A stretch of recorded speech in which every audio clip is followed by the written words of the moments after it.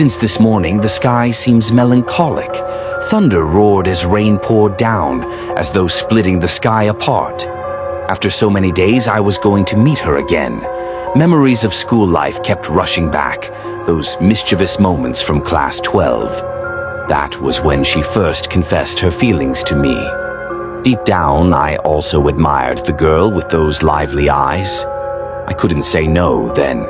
After class 12, she moved to New York to continue her studies. Perhaps this rain is going to ruin all my plans today. Feeling sad, I sat by the window. If the rain stops by evening, that would be good, though the weather forecast doesn't show any sign of it clearing. Now, what else can I do? I'll have to go out with a raincoat and an umbrella. Just then, my mother's voice rang out. She was speaking with excitement. "Oh, Mahadev, after so many days, you finally remembered your sister." "Don't ask, sister," Mahadev replied. "I had been planning to visit for days, but work pressure kept me busy. Today, because of the rain, work is suspended, so I came by." "Good thing you came. Come home, you're completely drenched." Sudeep was also home today. After so many days, my maternal uncle, Mama, Mahadev, visited us. "So, nephew, how are you?" "I'm good, uncle. How are you and aunt?" "Everyone's fine. I'm also doing well. Otherwise, how could I have come here?" "But, nephew, why does your face look so gloomy?" "What happened? Tell me," uncle said, sitting on the sofa. "If you young people sit around looking so down, even the nation will start to bow. First, the rain ruined my entire plan. Second, I have a chance to meet Sheetal after 10 years. Who knows what will happen now? I wondered whether I should tell my uncle or not. Actually, uncle, today Sheetal is returning from New York after so many years. I had planned to meet her in front of the school gate, but this rain... "Oh, so that's the matter," uncle exclaimed. "Now that you're in love, you must fulfill your promises. That is the first duty of love. Rain, storm, whatever it is, you must go." "But nephew, your words remind me of a story. Back in my college days, something similar happened to a friend of mine." "Really? Then you must tell me, uncle. Stories during a rainy day like this have their own charm." Just then, my mother entered with a tray of tea. "Stories can wait," she said. "First, have some tea. I'll prepare some food in the meantime." By then, the rain had started again, just as monotonous as before. I sat by the window and watched the raindrops trickling down, while my uncle comfortably sipped his tea and began his story. "Listen," uncle said. "Back in college, my closest friend was Sunil. Despite being Hindu, he fell in love with Najima, a Muslim girl. As expected, both their orthodox families refused to accept their relationship. Despite many efforts, Sunil had to leave the village. Otherwise, disputes would have erupted between the families. Then, 10 years later, one day, Sunil received a letter from Najima. The letter said, "Najima has still not married anyone, and no matter what happens, she will never marry anyone other than Sunil." "That's what true love is, uncle," I said with a laugh. "So I guess now you understand the meaning of true love, nephew." "Come on, uncle, you're teasing me. Tell me what happened next." "There was just one more line in that letter," uncle continued. "Najima wrote that she would wait for him beneath their favorite jasmine tree, just like before. On reading that, Sunil danced with joy and left to meet her. On his way, Sunil remembered their plans from 10 years ago, the dreams they had shared, like going to a beach for their honeymoon. Najima had said, "Why a beach? In the mountains we can see waterfalls and animals too." But Sunil had agreed to whatever she wanted. Unfortunately, neither family accepted their love. Najima faced a lot of suffering, and Sunil had to leave the village. One day, Najima cried and told Sunil, "I can't go against my family. If I marry you, they won't spare either of us. Even if they kill me, I won't let them hurt you." That was their last meeting. That night, Sunil left the village, and 10 years passed before Najima's letter arrived. The story continues to reveal that Najima had passed away years ago due to a severe illness. Yet, the mysterious letter arrived long after her death, beckoning Sunil to meet her under the jasmine tree. Sunil, unaware of her death, eagerly went to see her. Uncle then shared how he watched Sunil laughing and talking as though Najima was right there.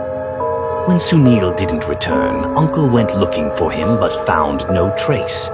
Later, at a bus stop, he saw an accident where Sunil might have been one of the victims, yet the truth remained unknown. Uncle paused, his face clouded by the weight of the memories. The rain outside seemed to match the somber tone of his voice, as if the heavens themselves were weeping for Sunil and Najima's fate. I sat still, my hands wrapped tightly around the now lukewarm cup of tea. The story gripped me, gnawing at my thoughts, leaving an unsettling feeling in my chest. "Uncle," I finally spoke, breaking the silence.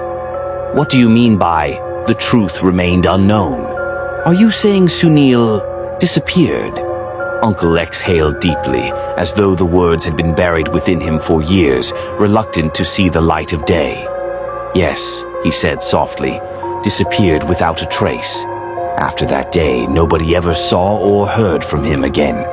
Some believed he lost his mind in grief and wandered far away. Others whispered that perhaps the letter was a curse, that Najima's spirit had called him to the other side."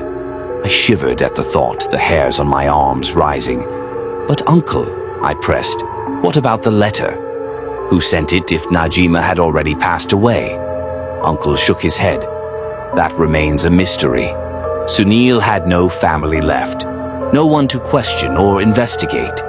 And back then, people didn't pry too deeply into the supernatural.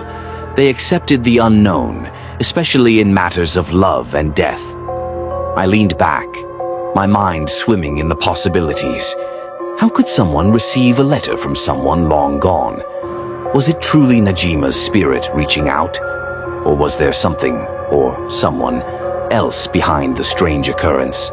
The sound of rain intensified, a steady drumming against the window panes, and for a moment, Uncle seemed lost in the rhythm of it, staring into space.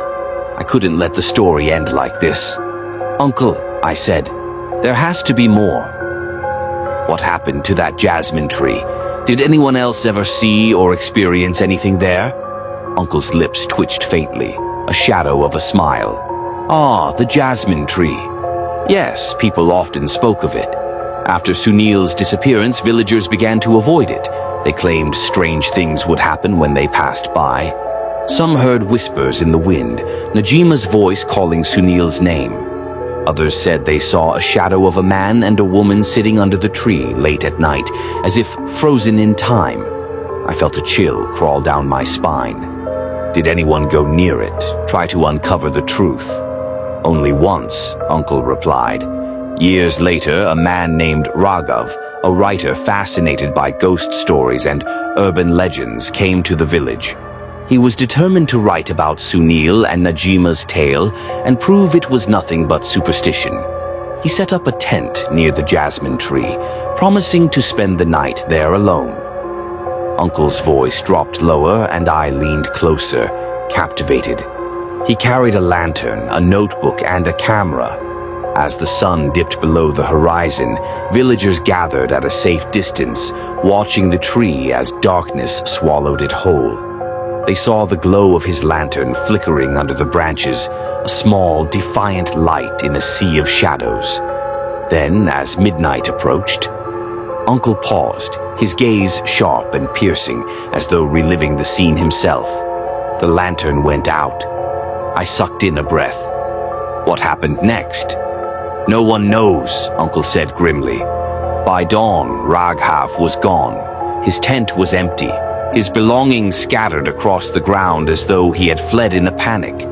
The villagers searched the area for him, but all they found was his notebook lying beneath the jasmine tree, pages torn, smeared with dirt and rain. His final entry was barely legible, but one line stood out. "I heard them. They're here." I swallowed hard, my throat dry. "And Raghav? Did they ever find him? Uncle shook his head. Not a trace. It was as if the earth itself had swallowed him whole.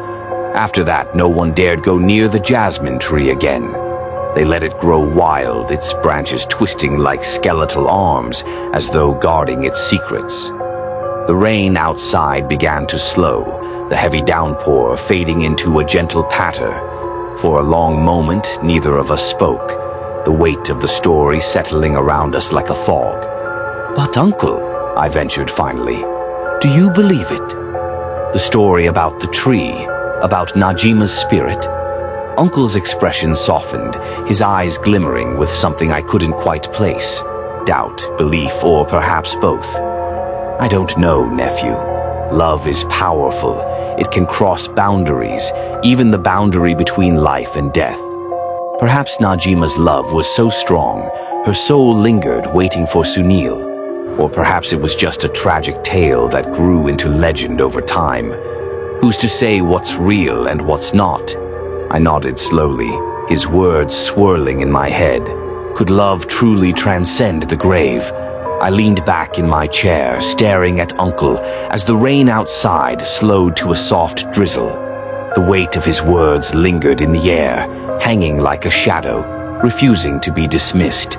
"Perhaps," Uncle murmured, almost to himself, "some stories aren't meant to have answers. Maybe they are meant to remind us that the unknown exists, that love, loss, and the supernatural can intertwine in ways we'll never understand." I nodded, feeling a strange mix of unease and fascination. The tale of Sunil and Najima, tragic, haunting, and eternal, would linger with me far longer than the rainstorm outside. As the room grew quiet, I looked at Uncle. "And the jasmine tree, does it still stand?" He smiled faintly. "It does, gnarled, twisted, and untouched. The villagers say no matter the season, it blooms with fragrant white flowers every year." A chill ran through me, though the fire crackled warmly in the hearth. The story felt alive, as though Sunil and Najima were still there, waiting under the jasmine tree, two souls forever intertwined, longing to be at peace. I stood up, my heart still beating faster than normal. "Uncle," I said softly, "thank you for sharing this story.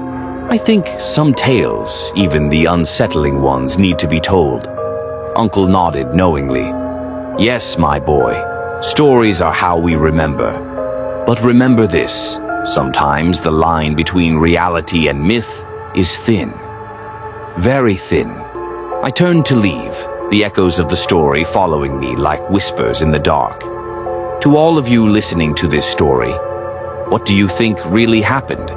Was it the power of love that kept Najima's spirit alive, or was it something darker that surrounded the jasmine tree? Maybe there are places where souls remain tied to the world, bound by unfinished stories. Leave your thoughts in the comments below. Have you ever heard of a tale like this, or experienced something similar? I'd love to hear your take.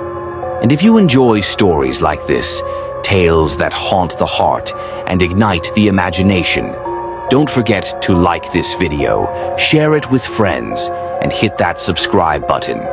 Your support means everything and keeps these stories alive. Until next time, remember, some mysteries are better left unsolved, but that doesn't mean we should stop searching. Take care, stay curious, and I'll see you soon for another tale that lingers in the shadows.